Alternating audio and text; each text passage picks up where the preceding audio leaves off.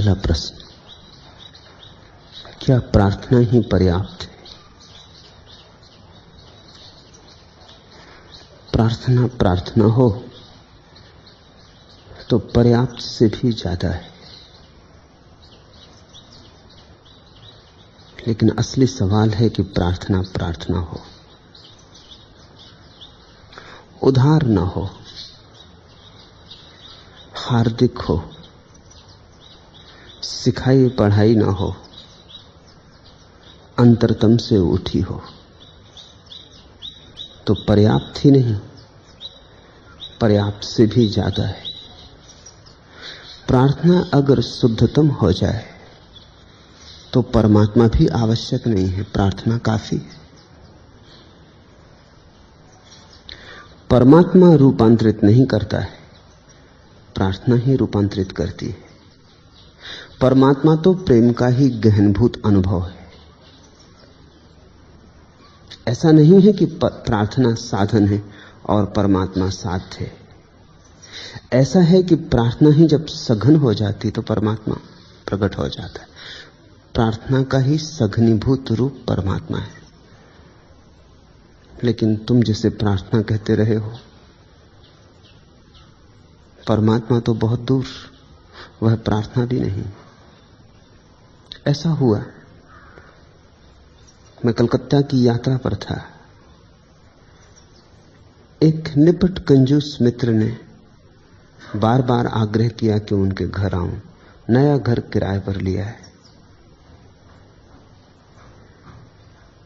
घर उनका देखने योग्य होगा नहीं, ये मैं भली भांति जानता था।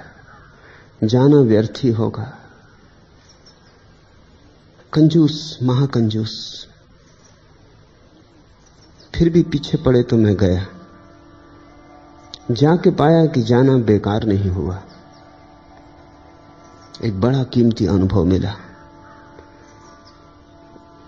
अपना मकान घूम फिर के मुझे दिखाने लगे। कुछ भी देखने योग्य न था। पुराने कैलेंडर टांग रखे थे, वो भी पुराने सालों के। सामान भी जो था वो भी सब चोर बाजार में खरीदा होगा। सब फटा पुराना, सब ऐतिहासिक। लेकिन जो आखिरी कमरा उन्होंने दिखाया वो बड़ा उद्घाटक सिद्ध हुआ। कहने लगे, ये हमारा संगीत का कमरा है। चारों तरफ मैंने देखा, न कोई वीणा है, न कोई तबला है। तबला और वीणा तो दूर, कोई रेडियो भी नहीं है। मैंने पूछा कि कुछ साज सामान नहीं है? सिर्फ टूटी फूटी दो चार पुरानी कुर्सियां पड़ी हैं। कहने लगे, साज सामान की जरूरत भी नहीं है। यहीं बैठकर हम पड़ोसियों के रेडियो से निकली स्वर लहरी को बड़े आनंद से सुन लेते। वो इनका संगीत का कमरा है। पड़ोसियों के रेडियो से निकली स्वर लहरी को, एक तो रेडियो ही उधार, वो भी पड़ोसी का। स्वर लहरी भी बासी, क्योंकि वो भी रेडियो पर बजाया गया रिकॉर्ड। वहां भी कोई जीवित प्राण स्पंदित नहीं हो रहा। प्रार्थना तुम्हारी नहीं, किसी ने तुम्हें सिखा थी। माँ बाप ने सिखाई होगी, समाज ने सिखाई होगी। सदी सदियों से चली आती है श्रृंखला संस्कारों की। जिनसे तुमने सीखी है उनमें से पहले ने भी गाई होगी हृदय से, ये भी संदिग्ध। इस बासिक खेल में तुम भागीदार बनोगे और इससे तुम नित्य नूतन परमात्मा को पाने की आकांक्षा करोगे।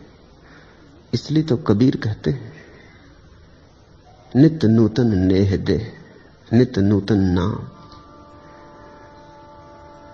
तू ही नया कर, हम तो हर चीज को पुराना कर लेंगे।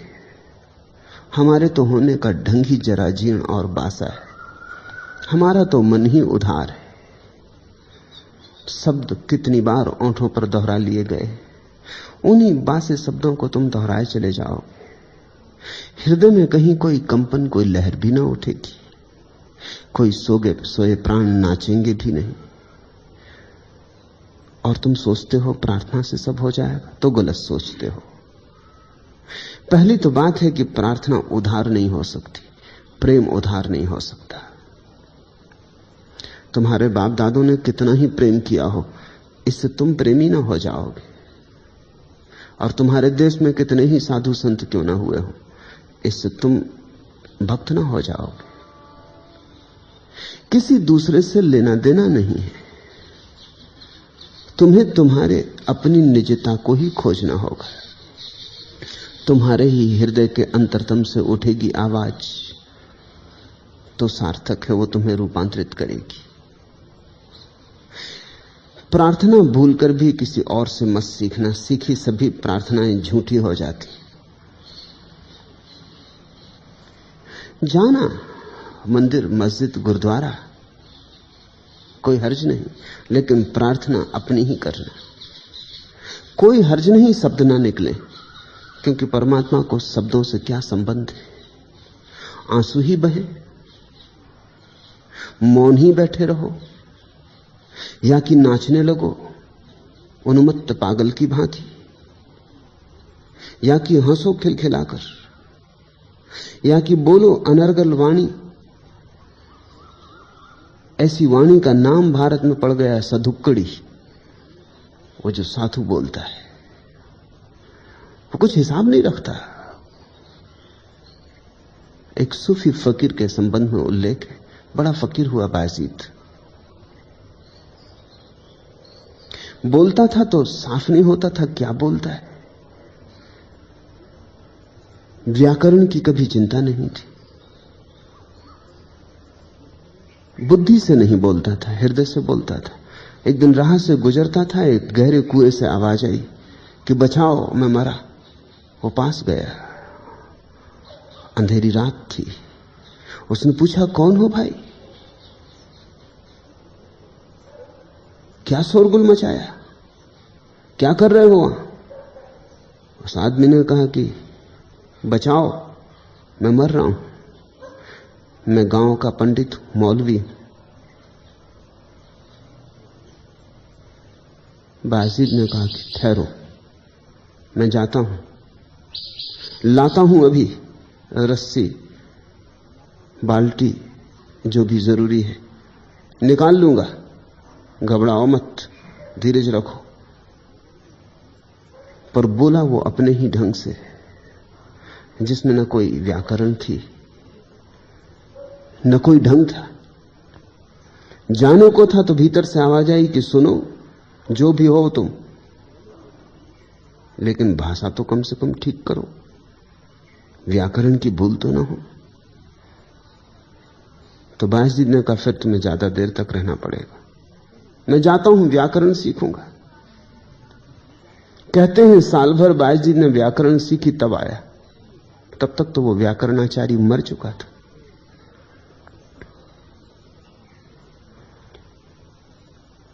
हृदय की भाषा चाहिए, व्याकरण ना हो तो चलेगा, क्योंकि वहां तो कोई और डूब के मर रहा था। अगर तुमने हृदय की भाषा न पकड़ी तो तुम ही डूब कर मर रहे हो। भाषा ना भी हो तो भी चलेगा, क्योंकि जिससे तुम बोलने चले हो परमात्मा से, प्रार्थना यानी परमात्मा से एक वार्तालाप, एक गुफ्तगू, कानों की फुसफुसाहट।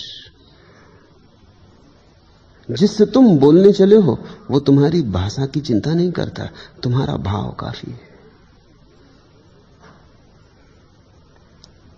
दादू कहते हैं भाव भगति बेसास, भाव दे वही मूल है। भाव बड़ी और बात है, भाव की कोई व्याकरण, भाव के कोई शब्द है? भाव तो निशब्द में उठी हुई लहर है, शून्य में गूंज गया हृदय का गीत है, काव्य है, गणित नहीं। तुम्हारे हृदय से उठे, तुम उसे पहले से तैयार मत करना। प्रार्थना कोई रिहर्सल नहीं हो सकती, उसकी कोई तैयारी नहीं हो सकती, वो कोई नाटक नहीं है। नाटक तो सारा संसार है, फिर मंदिर जाने की कोई जरूरत नहीं। नाटक तो तुम यहीं काफी कुशलता से कर रहे हो। मंदिर जाने का तो अर्थ है उब गए नाटक से, बहुत खेल लिए नाटक, अब कुछ जीवन के यथार्थ को जानने की तमन्ना उठी।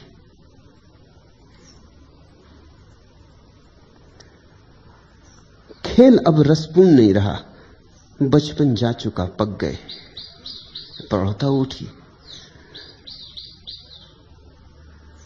तो तुम घर से तैयार करके मत जाना प्रार्थना। अगर तुमने शास्त्रों से प्रार्थना तैयार कर ली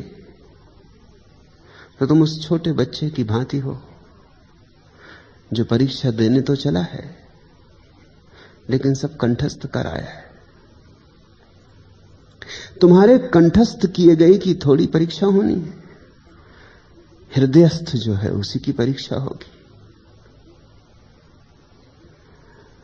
अगर तुमने याद कर करके प्रार्थना की सब व्यवस्था रट ली तो तुम दोहरा दोगे जाके प्रार्थना, लेकिन तुम ग्रामाफोन के रिकॉर्ड हो, तुम आदमी नहीं हो। प्रार्थना तो तुम्हारे वास्तविक से उठनी चाहिए, उसकी कोई पूर्व तैयारी नहीं हो सकती। सभी पूर्व तैयारियां गलती में डाल देती। कल ही मैं एक कहानी पढ़ रहा था, एक स्कूल में इंस्पेक्टर आने वाला है। शिक्षक ने सारे विद्यार्थियों को समझा दिया, पढ़ा दिया, सब तैयार करवा दिया, क्योंकि पता है इंस्पेक्टर हर स्कूल में क्या सवाल पूछता है। सबसे होशियार बच्चे को, बंटू उसका नाम, उसने बार बार रटवा दिया कि देख वो जब पूछे कि बच्चों तुम्हें संसार में किसने भेजा, तो तू जल्दी से खड़े हो जाना और कहना जी भगवान ने। वो बड़े भक्त आदमी हैं, बड़े पूजा प्रार्थना वाले, और वो ये प्रश्न सदा ही पूछते हैं बच्चों से, तो ये तो बिल्कुल याद रख, भूल चूक ना हो। कई बार दोहरा लिया। और दूसरे दिन जब इंस्पेक्टर आया तो शिक्षक ठीक ही कहा था, उसके बंधे हुए प्रश्न थे। उसने ये भी पूछा कि बच्चों तुम्हें संसार में किसने भेजा। थोड़ी देर सन्नाटा, खामोशी रही। शिक्षक भी थोड़ा बेचैन हुआ कि क्या भूल गए बच्चे। चारों तरफ नजर डाली, एक दुबला पतला लड़का खड़ा हुआ। उसने कहा कि जी भगवान ने जिस बच्चे को भेजा था वो आज आया नहीं, उसे बुखार आ गया।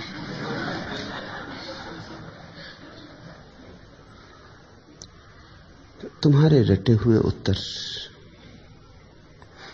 जीवन के किसी प्रश्न के साथ तालमेल न कर पाएंगे। तुम जितने तैयार होगे उतने ही हारोगे। तैयार होकर कहीं कोई प्रेम का निवेदन करने गया है? मुल्ला नसरुद्दीन किसी स्त्री के प्रेम में था, उसने बड़े पत्र लिखे, आभूषण भी भेंट किए, साड़ियां भी दी, फिर झगड़ा हो गया, बात नहीं बनी। विवाह के पहले ही सब नाता टूट गया। तो आके सब सामान ले जाने लगा जो जो उसने दिया था। वो स्त्री तो नाराज थी, उसने सब फेंक दिए, कपड़े गहने। तब भी नसरुद्दीन को खड़ा देख कर उसने कहा अब और क्या बचा है। नसरुद्दीन ने कहा जो पत्र मैंने लिखे थे। उस स्त्री ने कहा हद हो गई, अंगूठी ले जाओ, ठीक, गहना दिया ले जाओ, साड़ी, पत्रों का क्या करोगे। नसरुद्दीन ने कहा क्या अभी जिंदगी समाप्त हो गई, दूसरी स्त्री को लिखना पड़ेंगे, उन्हीं से काम चला लूंगा।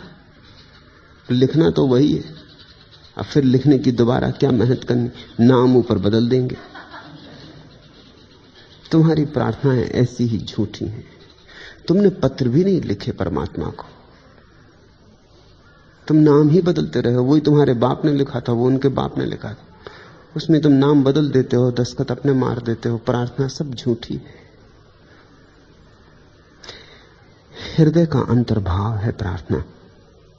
जाना छोड़ देना परमात्मा के समक्ष, और तब तो मंदिर जाने की भी कोई खास जरूरत नहीं है, क्योंकि मंदिर भी क्रियाकांड का हिस्सा है। तब तो एक वृक्ष के पास भी बैठ जाना, बहती नदी धार के किनारे बैठ जाना, या देखना हिमालय के उत्तुंग शिखरों को, या देखना आकाश के तारों को, वही मंदिर है। सभी तरफ उसके मंदिर के स्तंभ खड़े, सभी तरफ उसके मंदिर की चांदनी फैली है। सभी कुछ उसका है। जहां भी तुम हो वहीं पवित्र भूमि पर खड़े हो। वहीं हृदय को निवेदन करने देना, ऐसा निवेदन कि तुम्हें भी चौंकाए। तुमने भी पता नहीं था कि तुम्हारे भीतर से यह भाव उठेगा। जर्मनी के बहुत बड़े कवि गेटे से किसी ने पूछा कि तुम्हारा जो महाग्रंथ है फास्ट, उसका अर्थ क्या है, प्रयोजन क्या है?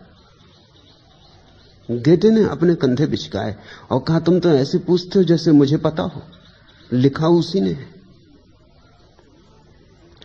पूछने वाला भरोसा न कर सका। उसने कहा, कहते क्या हो? तुम्ही ने लिखा है। उसने कहा, लिखा मैंने, लिखवाया उसने। और जब मैंने लिखा था तो तुम पढ़ के जितना चौंकते हो उससे ज्यादा मैं चौंका था कि मेरे भीतर कहां से आता है, ये पंक्तियां कहां से उतरी, ये गीत किसने गाया है। मैं तो बांसुरी की तरह था, जैसे तुम बांसुरी को पूछो गीत के संबंध में, बांसुरी कहेगी तुम तो ऐसे पूछते हो जैसे मैंने गाया हो। गाने वाले ओंठ कोई और थे। प्रार्थना तुम थोड़ी करते हो, परमात्मा ही तुम्हारे द्वारा करता है और परमात्मा ही तुम्हारे द्वारा लेता है। तुम तो केवल बांसुरी बन जाते हो, बांस की एक पोंगरी। बस तुम राह दे दो, इतना काफी। तुम अवरोध न दो, इतना पर्याप्त। तुम्हारे छिद्र खुले हो, इतना बहुत। परमात्मा ही गाता है अपने गीत को और परमात्मा ही सुनता है।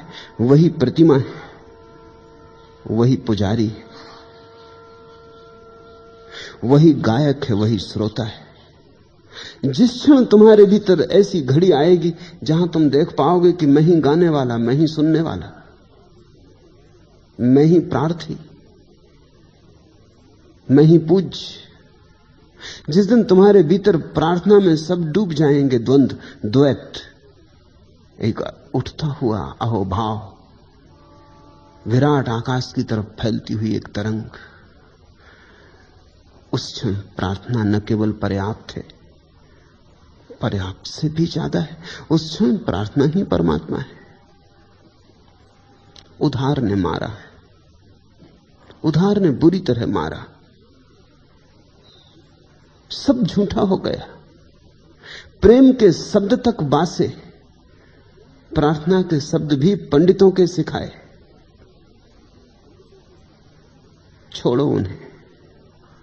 मैं तुमसे कहता हूं, छोड़ो ये झूठी प्रार्थनाएं ताकि सच्ची प्रार्थना का जन्म हो सके। मैं तुमसे कहता हूं, हटो इन मंदिरों से, क्योंकि वे केवल औपचारिक हो गए और प्रार्थना का मंदिर तो अनौपचारिक ही हो सकता है। लोगों ने तुमसे कहा है कि प्रार्थना करो जाके मंदिर में। मैं तुमसे कहता हूं, जहां तुम प्रार्थना करोगे वही मंदिर है। असली सवाल प्रार्थना है, असली सवाल मंदिर नहीं है। लोगों ने कहा है प्रार्थना करो परमात्मा से। मैं तुमसे कहता हूं, बिना प्रार्थना के तुम परमात्मा को जानोगे कैसे? किसके सामने ले जाओगे अपनी अर्चना? किसके सामने रखोगे नैवेद्य? किसके चरणों में झुकाओगे सिर? अगर वो चरण उपलब्धि हैं तो झुकना क्या है, खोजना क्या है, पाने को क्या बचा? नहीं, मैं तुमसे कहता हूं, तुम प्रार्थना करो, तुम झुको, चरणों की फिक्र मत करो। तुम जहां झुकोगे वहीं उसके चरण होंगे। तुम जहां प्रार्थना करोगे वहीं तुम उसे पाओगे। प्रार्थना परमात्मा से बड़ी है।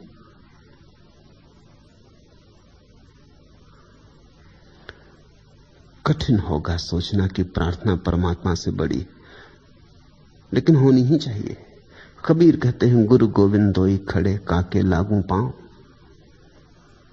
दोनों सामने खड़े हो गए हैं, गुरु गोविंद किसके पैर छू? अड़चन उठी होगी। फिर कबीर ने गुरु के ही पैर छू लिए, क्योंकि कबीर ने कहा, बलिहारी गुरु आपकी गोविंदियो बताए। तो गोविंद का पता ही कैसे चलता? आज दोनों सामने खड़े हैं, गोविंद का तो पता ही नहीं चल सकता था बिना गुरु के। तो गुरु गोविंद से बड़ा है, उसके द्वारा ही जाना। इसलिए तुमसे कहता हूं, प्रार्थना परमात्मा से बड़ी है, क्योंकि प्रार्थना के बिना पता ही कैसे चलता कि परमात्मा है। तुमने उल्टा ही पाठ पढ़ा, इसलिए दुनिया अधार्मिक है। लोग कहते हैं पहले सिद्ध कर लो कि परमात्मा है फिर प्रार्थना करना। उनकी बात गणितयुक्त लगती है, बात साफ लगती, गणित सीधा है कि जब परमात्मा है ही नहीं तो प्रार्थना कैसे करनी। लेकिन जीवन के गणित में यह बात ठीक नहीं।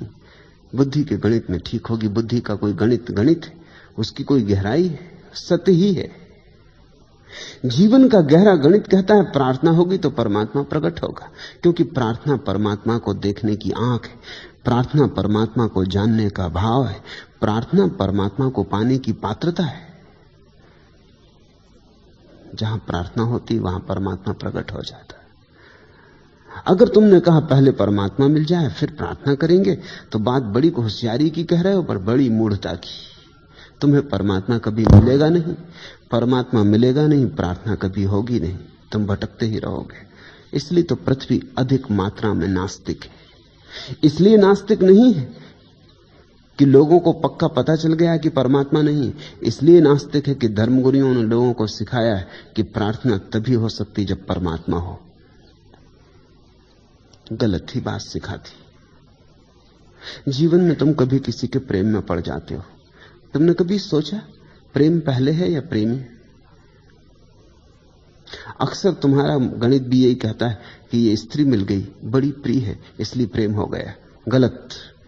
अगर प्रेम हृदय में होता ही ना, ये स्त्री मिलती ही नहीं। प्रेम पहले, प्रेम भीतर था। ये स्त्री बहाना बन गई उसे प्रकट होने का। दूसरी स्त्रियां न बन सकी इतना बहाना, ये स्त्री बहाना बन गई, लेकिन प्रेम भीतर था। इस स्त्री ने सुविधा दी होगी प्रेम को बहने की, लेकिन इस स्त्री के कारण प्रेम पैदा नहीं हुआ है। प्रेम था ही, धारा मौजूद थी, बहाने के लिए द्वार इस स्त्री ने दे दिया होगा। लेकिन प्रेम पहले, नहीं तो प्रेमी पैदा ही कैसे हो सकेगा? प्रार्थना पहले है, और अगर प्रार्थना है तो तुम्हें कहीं से भी द्वार मिल जाएगा। वृक्ष में भी वही खुल जाएगा, चट्टान में भी वही दिख जाएगा। प्रेम चाहिए। प्रेम है प्रमाण परमात्मा का, कोई और प्रमाण नहीं। इसलिए तुम मत कहो कि क्या प्रार्थना ही पर्याप्त है। मैं तुमसे कहता हूं परमात्मा भी जरूरी नहीं। प्रार्थना एकदम पर्याप्त, पर्याप्त से भी ज्यादा। पाली प्रार्थना, पालिया परमात्मा। उल्टी खोज में मत पड़ना, उस खोज से आदमी नास्तिक हो जाता है। जो मैं कह रहा हूं उसी मार्ग से आदमी आस्तिक हो सकता है, और कोई उपाय आदमी के आस्तिक होने के नहीं।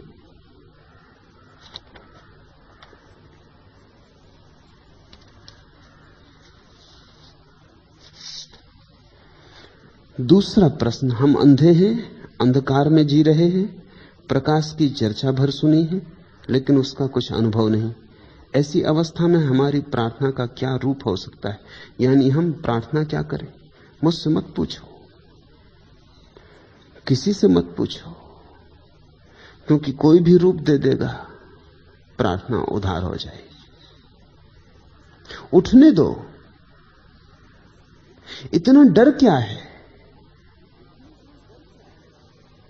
इतनी घबराहट क्या है? रुको, शांत बैठो और उठने दो प्रार्थना को,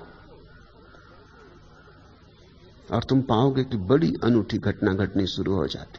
लेकिन तुम रिहर्सल के आदी हो। तुम कहते हो पहले पक्का तो पता चल जाए कि प्रार्थना क्या करनी। लेकिन अगर पता ही चल गया कि प्रार्थना क्या करनी, तुम सदा के लिए प्रार्थना से वंचित रह जाओ।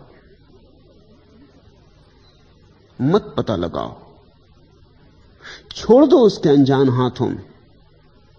अंधेरा है, छोड़ दो अंधेरे में। प्रकाश का कोई पता नहीं है। अगर मैं कुछ कह भी दूंगा तो भी पता ना हो जाएगा, तो तुम प्रकाश के लिए कहे गए शब्दों को याद कर लोगे, उन्हीं को तुम अंधेरे में दोहराते रहोगे। शब्दों से अंधेरा मिटता है।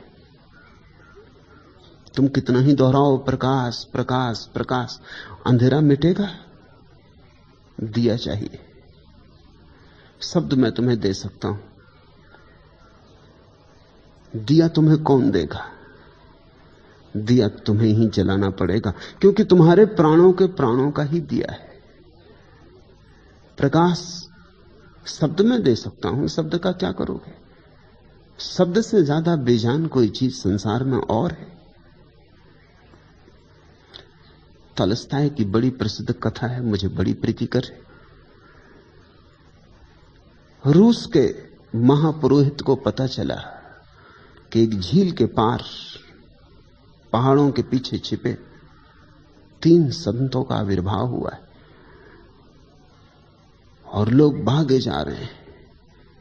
गरीब ग्रामीणों में बड़ी प्रतिष्ठा है, भोले भाले लोग भगवान की तरह पूजा कर रहे हैं उन संतों की। ये महापुरोहित को बर्दाश्त न हुआ। पुरोहित को संत कभी बर्दाश्त नहीं होते, क्योंकि संत की मौजूदगी पुरोहित का धंधा टूटता है। संत सभी तरह के औपचारिकता के विरोध में। संत यानी एक बगावत, एक विद्रोह। संत कभी भी गैर बगावती नहीं हो सकता, सिर्फ विनोबा भावे को छोड़कर। वो सरकारी संत है, अगर सरकारी संत कोई हो सकता है। संत तो विद्रोही ही होगा। सरकार और समाज और व्यवस्था हमेशा उससे अड़चन में होगी। पुरोहित घबराया और फिर उसने कहा कि यह बात समझ में नहीं आती, मेरी बिना स्वीकृति के कोई संत कैसे हो सकता है? ईसाइयत ने तो हद मूढ़ता कर दी। वो संतत्व के लिए सर्टिफिकेट देते हैं चर्च से। वस्तुतः अंग्रेजी में जो संत है सेंट, वो एक यूनानी शब्द से बनता है जिसका अर्थ होता है सैंक्टस। जिसको सैंक्शन मिल गया वो संत, जिसको अधिकारियों के द्वारा स्वीकृति मिल गई, प्रमाण पत्र मिल गया, वो संत। अंग्रेजी का सेंट शब्द एक मजाक है। हिंदी का संत शब्द अंग्रेजी के सेंट शब्द से नहीं आया है, और न अंग्रेजी का सेंट शब्द हिंदी के संत शब्द से गया है। ये ध्यान रखना, दोनों एक से लगते। अंग्रेजी का सेंट शब्द आया है सैंक्टस से। उसका मतलब होता है अधिकारियों के द्वारा प्राप्त स्वीकृति, राज्य के द्वारा, चर्च के द्वारा, व्यवस्था के द्वारा। हिंदी का संत सत्य से बना है, जिसने सत्य को जान लिया, जो सत्य के साथ सत्य हो गया, वो संत। इसके लिए कोई स्वीकृति नहीं हो सकती, कोई प्रमाण नहीं हो सकता। पुरोहित नाराज हुआ कि मेरी बिना आज्ञा के, क्योंकि फरमान निकाले जाते हैं ईसाइयत में, हर साल की कितने संत हो गए, फरमान में नाम होते। इनका नाम तो निकला भी नहीं, मगर खबरें रोज आती गईं, भीड़ बढ़ती गई, शहरों से लोग जाने लगे, चर्चों में लोग का आना कम हो गया। संतों ने दीवानगी पैदा कर दी। आखिर पुरोहित को भी जाना पड़ा, देखना तो चाहिए।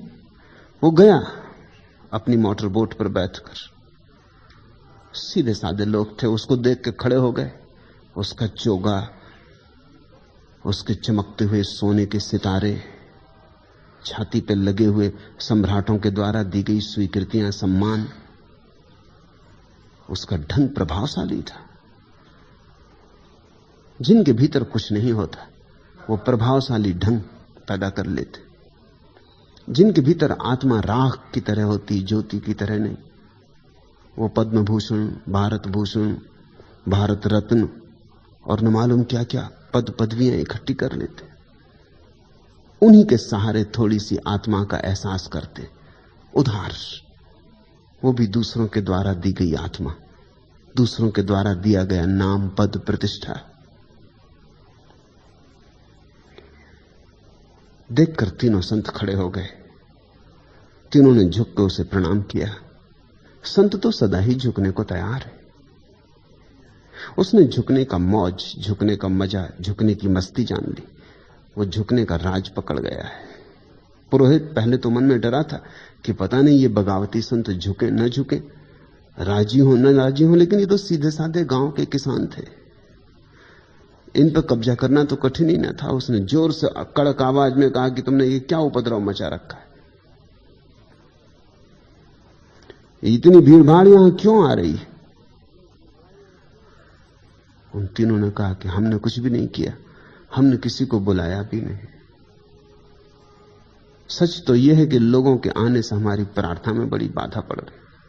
आपकी बड़ी कृपा होगी, आप लोगों को रोक दें। हम बड़े मजे में थे, वर्षों तक कोई जानता ना था। ये झील थी, ये पहाड़ था, हम बड़ा मजा था। अभी भीड़ भड़क से हम बड़े परेशान हो रहे हैं, आप बड़ी कृपा होगी। और हम कोई संत वगैरह नहीं है, मगर हम कितनी कहें लोग मानते ही नहीं। जितना हम कहते हैं कि हम नहीं हैं, उतनी भीड़ बढ़ती जा रही है। महापुरोहित स्वस्थ हुआ, उसने कहा कोई चिंता के योग्य नहीं है, तो बड़े साधारण से लोग। उनका प्रार्थना में बाधा पड़ती थी। क्या प्रार्थना करते थे? तो वो तीनों जरा शर्माए। उन्होंने कहा कि आप ये मत पूछो, क्योंकि हम बेपढ़े लिखे, प्रार्थना करना हमें आता नहीं, और हमने किसी से प्रार्थना सीखी भी नहीं, हम बिल्कुल गंवार हैं, आप इसमें पक्के रहो। और हमने अपनी ही एक प्रार्थना बना ली है। तब तो पुरोहित और नाराज हुआ कि ये भी कभी तुमने सुना कि प्रार्थना और हर कोई बना ले? चर्च की प्रार्थना सुनिश्चित। तुम ईसाई हो? उन्होंने कहा कि निश्चित। तो तुमने कैसी प्रार्थना बनाई है बिना आज्ञा के? तुम अपनी प्रार्थना का रूप बताओ। वो बड़े शर्माने लगे। निश्चित ही प्रार्थना कोई किसी को बता सकता? प्रार्थना तो हार्दिक है, निजी है, एकांत की है। प्रार्थना किसी को बताना तो ऐसा ही होगा जैसे कि बीच बाजार में खड़े होकर किसी को प्रेम करने लगना। वो बात बेहूदी होगी, अशोभन होगी। प्रेम तो एकांत चाहता है, प्रार्थना तो और भी एकांत चाहती है। कानों कान किसी की खबर ना होनी चाहिए उसकी, क्योंकि जैसा ही कोई दूसरा सुन लेगा उसकी निजता खो जाएगी। इसलिए तो मंत्र को कान में फूंक कर देते हैं कि कोई सुन ना ले। और गुरु कहता है कि मंत्र को किसी को बताना नहीं। तुम चकित भी होगे कि मंत्र कुछ भी खास तो नहीं, कान में कह दिया कि राम राम राम राम जपना। अब ये भी कोई बात है कि किसी को मत बताना? इसमें बताने का क्या सवाल है? ये तो सभी को पता है ना, ये बात ही नहीं है पता होने का या ना होने का। मंत्र इतना निजी और एकांत है, उसे तुम किसी को कहना मत, क्योंकि कहने में थोड़ा प्रदर्शन आ जाएगा, और जहां प्रदर्शन आता है वहां चीजें झूठी हो जाती। जीसस ने कहा है तुम्हारा बायां हाथ पूजा करे तो दाएं हाथ को पता न चले, तुम्हारा बायां हाथ दान दे तो दाएं को खबर न मिले, तुम्हारे ही हाथों को खबर न हो पाए, ऐसा चुपचाप देना, जरा भी आवाज ना हो। तो वो कहने लगी अब आप ये मत पूछें, आप पूछते हैं तो बताना पड़ेगा, लेकिन हम कुछ जानते नहीं। ऐसी ही हमने एक घरेलू ढंग की प्रार्थना बना ली, और आप हंसेंगे और हमारी बड़ी मजाक होगी। परमात्मा तो झेल लेता है, क्योंकि जानता है हम नासमझ, अज्ञानी, अपराधी, मगर इस संसार के लोग बहुत हंसेंगे। पुरोहित तो और अकड़ गया, उसने कहा बतानी ही पड़ेगी, क्योंकि अगर गलत है तो मैं सुधार कर दूंगा, अगर बिल्कुल गलत है तो तुम्हें ठीक ठीक प्रार्थना स्वीकृत चर्च के द्वारा वो मैं तुम्हें दे दूंगा, तुम बोलो। तो नहीं माना तो वो बोले। उन्होंने एक छोटी सी प्रार्थना बना ली थी। ईसाईयत मानते हैं कि परमात्मा के 3 रूप हैं, ऐसा ही ईसाई मानते हैं ट्रिनिटी। तो उन तीनों ने कहा हमने एक छोटी सी प्रार्थना बना ली कि तुम भी 3 हो, हम भी 3 हैं, हम पे कृपा करो। अभी ये भी कोई प्रार्थना हुई? ये तो मजाक हो गई। तुम भी 3, हम भी 3, वो भी 3 ही थे। अब और ज्यादा क्या कहना, तुम भी 3 हो, हम भी 3 हैं, बात बन गई। अब तुम हम पे कृपा करो, और तो कुछ है नहीं, कोई ज्यादा इससे है भी नहीं। पुरोहित को भी हंसी आ गई, गंभीरता टूट गई। उसने कहा हद ना समझो तुम लोग, अब दोबारा ये मत करना, ये कोई प्रार्थना हुई? उसने लंबी प्रार्थना जो चर्च की स्वीकृत प्रार्थना थी उनको कही, सुनी उन्होंने बड़े भाव से, पर कहा बहुत लंबी है, हम भूल जाएंगे, आप फिर एक दफा कह दो। फिर उसने कही, फिर भी वो बोले कि कृपा होगी बड़ी, एक दफा और दोहरा दो, क्योंकि हमें याद हो जाए, कहीं कोई शब्द भूल गए या गड़बड़ हो गई तो हम फंसेंगे।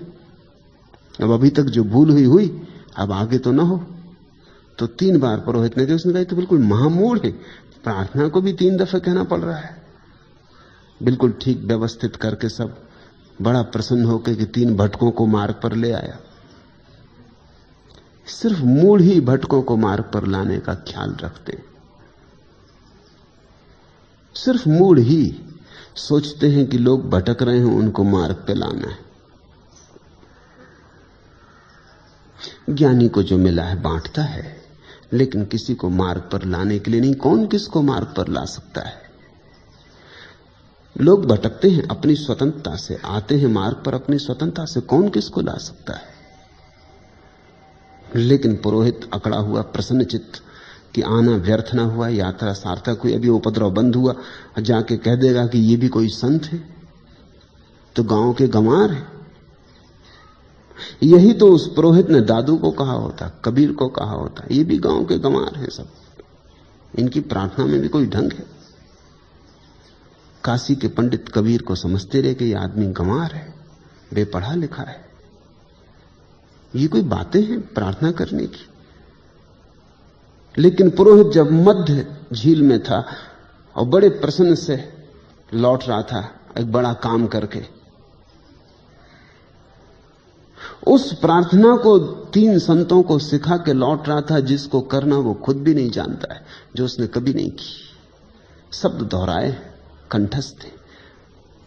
काश प्रार्थना शब्दों में होती, बड़ा सरल हो जाता।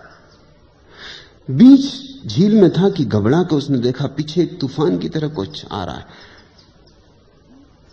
समझ में ना आया, नाविक भी समझ ना पाए कि ऐसा कभी देखा नहीं, इस झील में ऐसा कभी होता नहीं, ये क्या हो रहा है। जब थोड़ा तूफान पास आता मालूम पड़ा, तब उसे दिखाई पड़ा कि वो तीनों संत गंवार झील पर भागते हुए चले आ रहे, डूबते नहीं पानी में, पानी पर ऐसे चल रहे हैं जैसे रास्ता हो।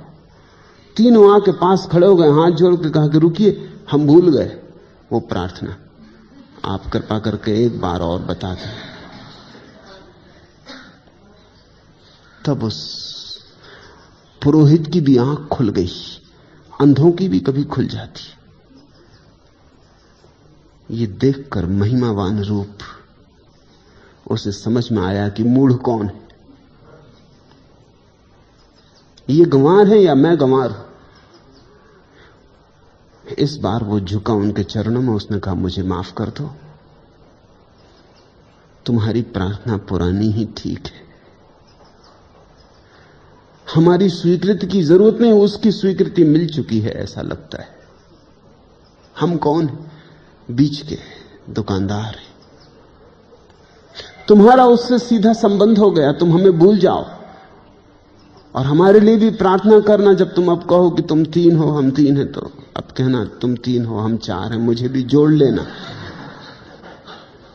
हम पे कृपा करो। नहीं, प्रार्थना कोई किसी को बता नहीं सकता। तुम्हारी प्रार्थना तुम्हारे जैसी होगी, मेरी प्रार्थना मेरे जैसी होगी, तुम्हारे पड़ोसी की प्रार्थना उसके जैसी होगी। प्रार्थना तो तुम्हारे हृदय की अद्वितीयता से निकलेगी, तुम उसे निकलने दो, तुम छोटे बच्चों की भांति हो जाओ। परमात्मा के सामने भी तैयार होकर क्या जाना, उससे क्या छुपा है, उसके सामने क्या रूप दिखलाने, क्या प्रदर्शन करना है, क्या भाषा और व्याकरण, क्या लय ताल, कुछ भी तो नहीं।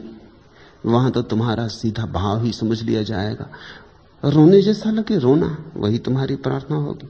हंसने जैसा लगे हंसना, वही तुम्हारी प्रार्थना होगी। ज़ैन फकीर सुबह उठ के जो प्रार्थना करते हैं वो सिर्फ हंसने की है।